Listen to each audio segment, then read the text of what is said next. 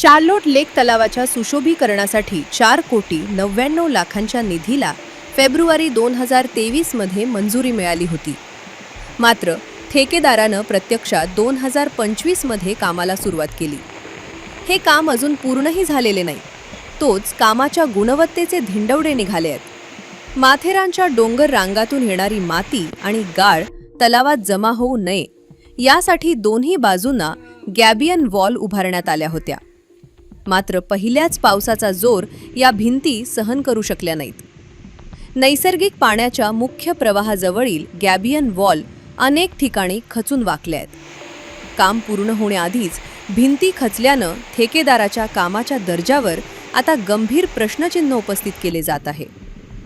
पर्यटकांचे मुख्य आकर्षण असलेल्या या ऐतिहासिक तलावाच्या पैशांवर डल्ला मारणाऱ्यांवर आता कारवाई होणार का, याकडे माथेरानकरांचे लक्ष लागले आहे.